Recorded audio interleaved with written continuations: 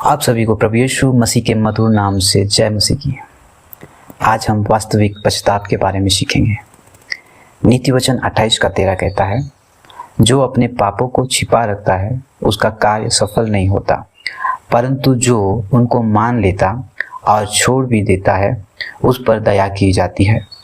यह पद परमेश्वर के सामने पाप से निपटने के दो आवश्यक कदमों को प्रकट करता है, स्वीकार करना और त्याग देना। दया का वादा केवल उन लोगों के लिए नहीं है जो अपने पापों को स्वीकार करते हैं, बल्कि उन लोगों के लिए है जो उन्हें स्वीकार करने के साथ साथ उनका त्याग भी करते हैं। बहुत से विश्वासियों के लिए पाप स्वीकार करना अपेक्षाकृत आसान होता है, लेकिन उसे छोड़ना कठिन होता है। पाप करने के बाद हम अपराध बोध महसूस करते हैं, परमेश्वर के सामने जाकर क्षमा मांगते हैं, लेकिन कुछ समय बाद फिर उसी पाप में गिर जाते हैं। हम बार बार अपने पापों को स्वीकार करते हैं, परंतु उन्हें छोड़ने के लिए संघर्ष करते रहते हैं, जबकि सच्चे पश्चाताप का अर्थ केवल अपनी गलती मान लेना नहीं है, बल्कि उससे मुड़ जाना भी है। दाऊद इस सत्य का एक शक्तिशाली उदाहरण है। बत्शेबा और उरिया से संबंधित अपने गंभीर पापों के बाद उसने अपने पाप को परमेश्वर से छिपाने का प्रयास नहीं किया। भजन संहिता 32:5 में वह गवाही देता है, तब मैंने अपना पाप तुझ पर प्रकट किया और अपना अधर्म न छिपाया।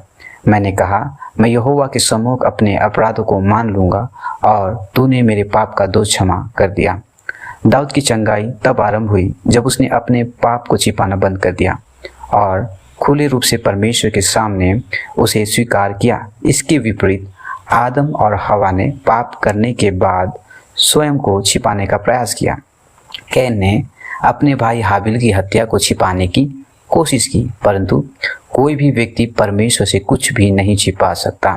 दाऊद को अलग बनाने वाली बात यह नहीं थी कि उसका पाप छोटा था, वास्तव में उसके पाप बहुत गंभीर थे। उसने दूसरे व्यक्ति की पत्नी का लालच किया, व्यभिचार किया और एक निर्दोष की हत्या करने की योजना बनाई। ये सब परमेश्वर की व्यवस्था के प्रत्यक्ष उल्लंघन थे। फिर भी दाऊद ने स्वयं को नम्र किया, अपने पाप को स्वीकार किया और उससे फिर गया।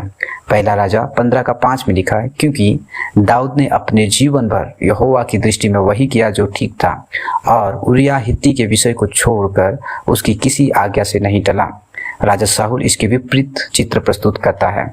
उसकी मुख्य असफलता केवल आज्ञा न मानना नहीं थी, बल्कि अपने पाप को पूरी तरह स्वीकार न करना और उसका पश्चाताप न करना था। यद्यपि उसका बाहरी पाप दाऊद की तुलना में कम गंभीर दिखाई देता है, फिर भी उसके कठोर हृदय ने उसे पतन की ओर पहुंचा दिया। परमेश्वर केवल ऐसे लोगों की खोज नहीं करता जो यह मान ले कि उन्होंने पाप किया है। वह ऐसे लोगों को चाहता है जो अपने पाप को छोड़ने के लिए भी तैयार हों।